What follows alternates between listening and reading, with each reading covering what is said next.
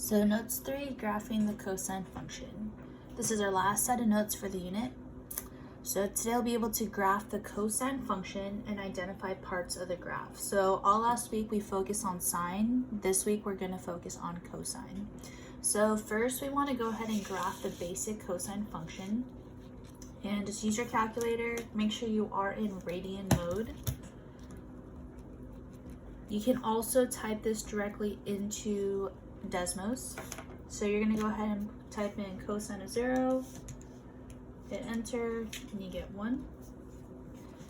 Cosine pi over 6, and you do get a decimal, you get 0.866. Cosine pi over 2, 0. Cosine 5 pi over 6, negative 0.866.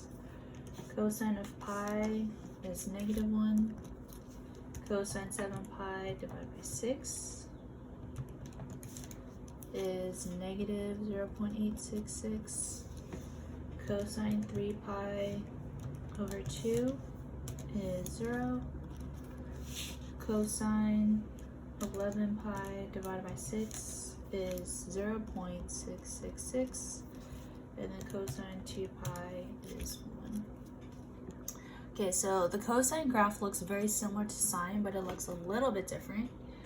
Let's go ahead and graph this. So you're going to go ahead and graph this into Desmos. You're just going to go ahead and type in cosine of x.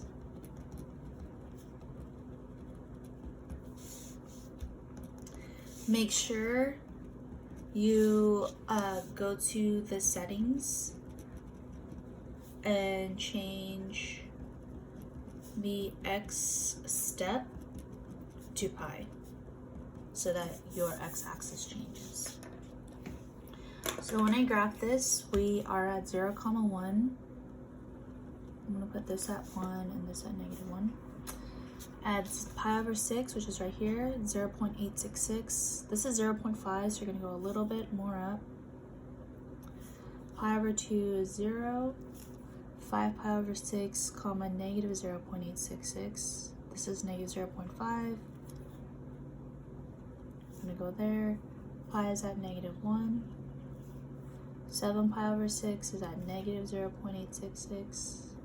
3 pi over 2 is at 0. 11 pi over 6 is at positive 0.866. 2 pi is at 1. This right here is the cosine graph. Now, just for reference, I'm going to go ahead and graph the sine function so that you remember what that looks like. So the sine function starts at 0, 0, it goes up, comes down through pi, goes up, and down there. So this is sine of x. So again, we're focusing on cosine this week, which is this guy right here. But they do look very, very similar because they both have that wavy oscillation pattern. But sine of x is a little bit different. So this is the basic cosine function. And of course, you can go ahead and continue it so it's waves on the other side too. But this is one cycle. So just like the sine function, we have a, b, and c. The amplitude is our a value. The period, which we use the letter t. To find the period, it's 2 pi over b. And this is your b value. And then your vertical shift is your c value. So it can be positive or negative. Just like the sine graph, we're going to go ahead and outline these steps. Step 1 is to draw the midline or the c value. Remember, it can be positive or negative. You're going to create the amplitude sandwich. You're going to graph the period or find the period. Again, it's 2 pi over b. This is super important. This is the one main thing you have to remember. And then you're going to sketch the cosine curve. So let's go ahead and take a look at some examples here. So our first example is 3 cosine of 2 of x. Right above it, I'm going to go ahead and write down the general equation, which is a cosine bx plus c.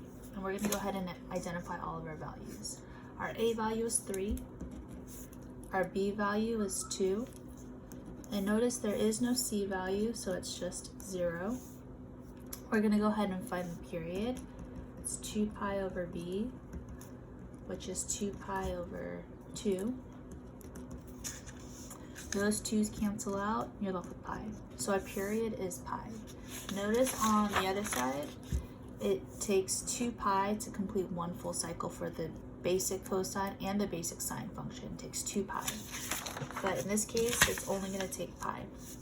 So what I mean by that is you're going to start off by drawing your midline, which is 0.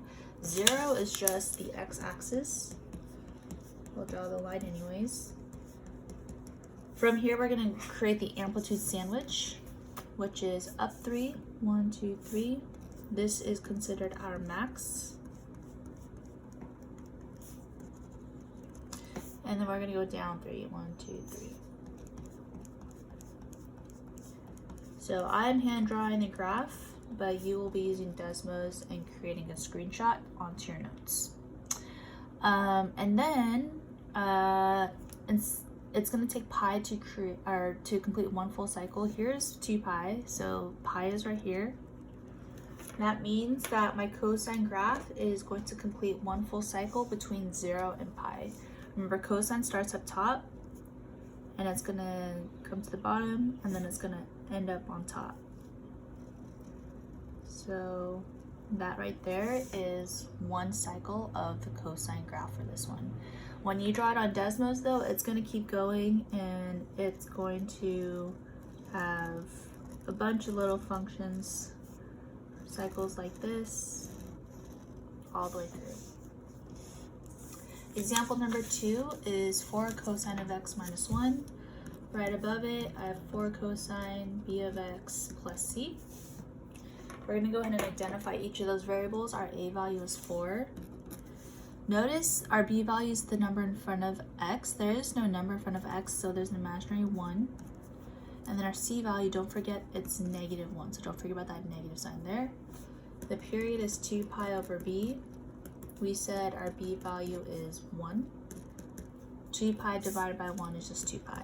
So this is just like the normal parent function. We're going to start off with the amplitude sandwich, starting at negative 1.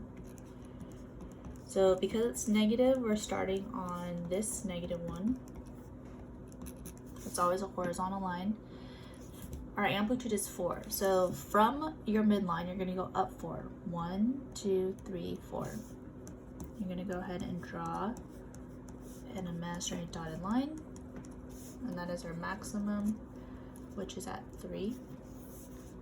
Then we're going to go down 4. 1, 2, 3, 4. And this right here, we're at negative 5. This is going to be our minimum. It's going to take 2 pi to finish one cycle. Remember, we're starting up on top, and then 2 pi is right there. There's the bottom of the function, and you're going to come back down and then back up, and it's up 2 pi. So that means at 4 pi, it'll complete another cycle, and then at 6 pi, it'll complete another cycle. One more example today. Go ahead and type in your response here. What is one of the first things you'll plan to do once quarantine is over? Probably for me, I need to get my nails done and get a haircut.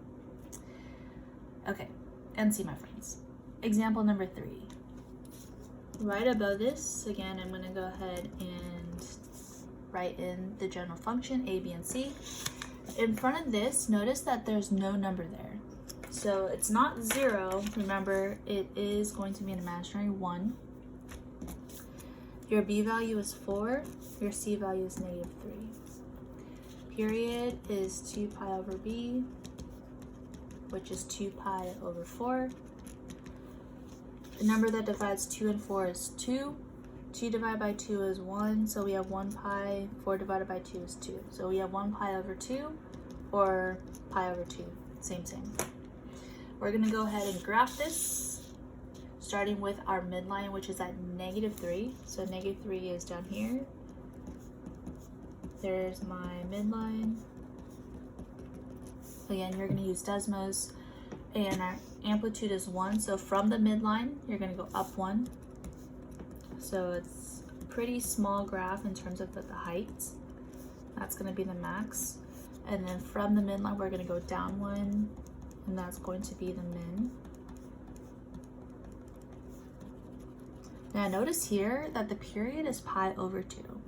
So here's 2 pi, there's pi. That means pi over 2 is right here.